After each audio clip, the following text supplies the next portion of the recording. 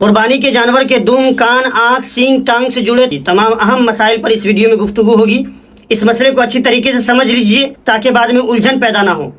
اگر کسی جانور کی پیدائشی طور پر دم نہ ہو تو پھر تو ایسے جانور کی قربانی جائز ہی نہیں ہے۔ کسی جانور کے دم کا تہائی حصہ یا اس سے زیادہ حصہ کٹا ہوا ہو تو پھر تو ایسے جانور کی قربانی جائز نہیں ہے۔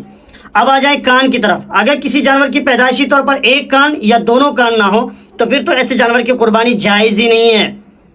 آدھے سے زیادہ کٹا ہوا ہو تو پھر تو ایسے جانور کی قربانی جائز نہیں۔ معمولی نقص ہو اس سے کوئی فرق نہیں پڑتا۔ بعض جانور ایسے جس کے بچپن سے ہی کان چرے ہوئے ہوتے ہیں، اس سے قربانی پر کوئی اثر نہیں پڑتا، ایسے جانور کی قربانی جائز ہے۔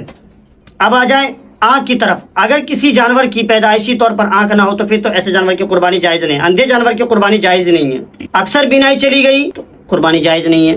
تھوڑی بہت گئی ہے، چوٹ لگنے کی وجہ سے ایک تہائی یا اس سے کم حصہ گئی ہو تو پھر تو قربانی جائز ہے، اور اس سے زیادہ چلی گئی ایک تہائی سے زیادہ تو پھر تو قربانی جائز نہیں ہے۔ تو اندھے جانور کی قربانی جائز نہیں ہے۔ اب آ جائیں دانت کی طرف۔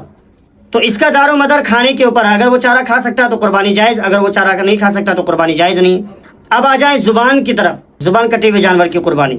فتاوی قاضی خان جلد نمبر 3 صفحہ نمبر 240 میں فرماتے ہیں زبان کٹے ہوئے جانور کا دار و مدار کھانے کے اوپر، اگر وہ چارہ کھا سکتا ہے تو قربانی جائز، اور چارہ نہیں کھا سکتا ورنہ جائز نہیں ہے۔ اب آ جائیں سینگ کی طرف۔ اگر کسی جانور کی پیدائشی طور پر سینگ نہ ہو تو اس کی قربانی جائز ہے۔ اگر اس کا کھول اتر گیا ہو یا اسی طریقے سے تھوڑا بہت ٹوٹ چکا ہو تو اس سے کوئی فرق نہیں پڑتا، لیکن ٹوٹنے کا اثر دماغ تک پہنچ گیا ہو، ہڈی نظر آ رہا ہو، دماغ ہل رہا ہو تو پھر تو ایسے جانور کی قربانی جائز نہیں ہے۔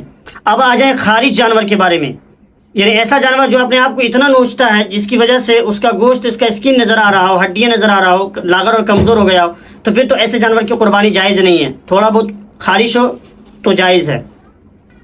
اسی طریقے سے بعض لوگ لنگڑے جانور کے بارے میں پوچھتے ہیں، تو لنگڑا جانور اگر چلتے وقت وہ ٹوٹے ہوئے پاؤں کا سہارا لیتے ہو تو قربانی جائز، اگر وہ ٹوٹے ہوئے پاؤں کا سہارا نہ لیتے ہو، دھکا دینا پڑا تو پھر تو ایسے جانور کی قربانی جائز نہیں ہے۔ اسی طریقے سے نجاست خور کے بارے میں بہت سارے لوگ پوچھتے ہیں، ایسا جانور جو صرف غلاظت ہی کھاتا ہو، گندگی کھاتا ہو، ایسے جانور کی قربانی جائز نہیں ہے۔